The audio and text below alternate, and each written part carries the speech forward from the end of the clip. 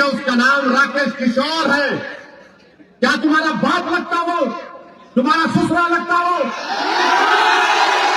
अवैसी साहब के इस सवाल का जवाब कोई भी कमेंट्स में दे सकता है और चाहे तो वो इस सवाल को कंटिन्यू कर सकता है, जैसे कि बाप था, भाई था, क्या था। आप चाहे तो उस सवाल को कंटिन्यू कर सकते हैं या जवाब भी दे सकते हैं। चलिए बढ़ते हैं आगे और देखते हैं वीडियो।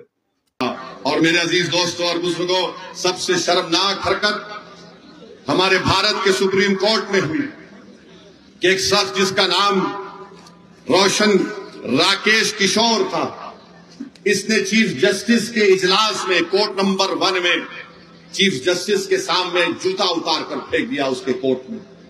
इसका नाम क्या था? राकेश किशोर।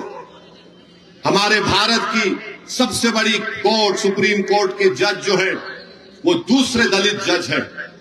चीफ जस्टिस ऑफ इंडिया के कोर्ट में एक शख्स अपना जूता उठाकर चीफ जस्टिस के कोर्ट में फेंकता है। मेरे भाई आप बताइए क्या हो रहा है?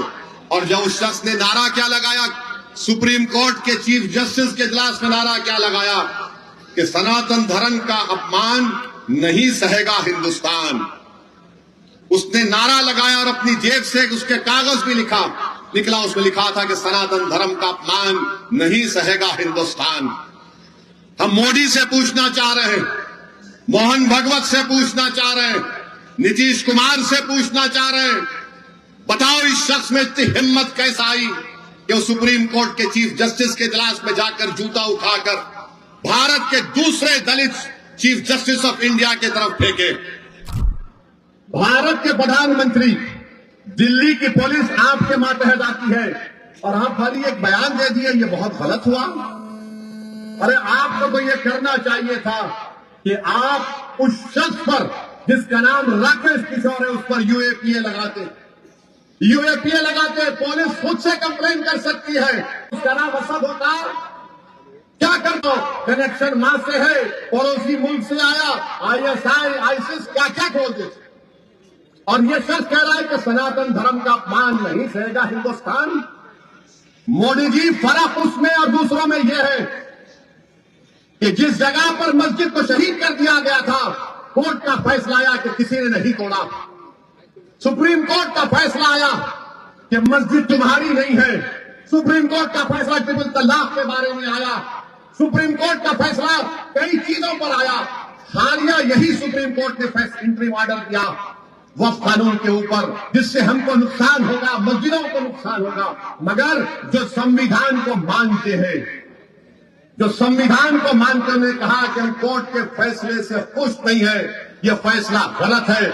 क्या हमने धर्म का नाम लेकर किसी पर जूता उठाया?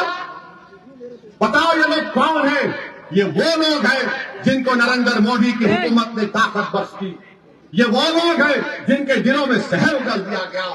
ये वो लोग हैं, आज भी राकेश किशोर बोलता है कि मुझे किसी चीज की परवाह नहीं है, मुझे कोई गम नहीं है कि मैंने चीफ जस्टिस ऑफ इंडिया के सामने जूता उठाकर फेंका।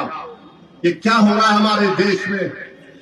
इंसाफ की जगह पर इस तरह की हरकत हो रही है और दिल्ली की पुलिस उसको गिरफ्तार भी नहीं करती। मुबारक हो तुम्हारी बहादुरी पर, मुबारक हो कि तुम खामोश बैठे हो। अरे अगर चीफ जस्टिस कंप्लेन नहीं करते तो तुम तो एक्शन ले सकते थे, लेकर जाते हो उसको। उत्तर प्रदेश में बच्चों को पकड़ा जाता है, पीटा जाता है और पुलिस की गाड़ी से उतारकर उनको बोलते हैं कि कान पकड़कर माफी मांगो, क्योंकि उसका नाम राकेश किशोर है। क्या तुम्हारा बाप लगता हो, तुम्हारा ससुरा लगता हो कि तुम उस पर केस नहीं बुक करते? और कोई पोस्टर उठाता है तो 1300 लोगों पे केस बुक हो जाता है, 40 गिरफ्तार हो जाते हैं। सुप्रीम कोर्ट के चीफ जस्टिस के कोर्ट में जूता फेंकता है और ये लोग कोई केस रजिस्टर नहीं करते, पकड़ना तो दूर की बात। ये इंसाफ है, ये हमारे मुल्क का माहौल है, जिस देश के लिए हमने और आपने क्या क्या हमारे बुजुर्गों ने कुर्बानियां दी। दलितों को रुसवा करने की कोशिशें की जाती है। हम दलित भाइयों से कह रहे हैं कि पहचानो इन लोगों को, बीजेपी तुम्हारी दोस्त नहीं बन सकती।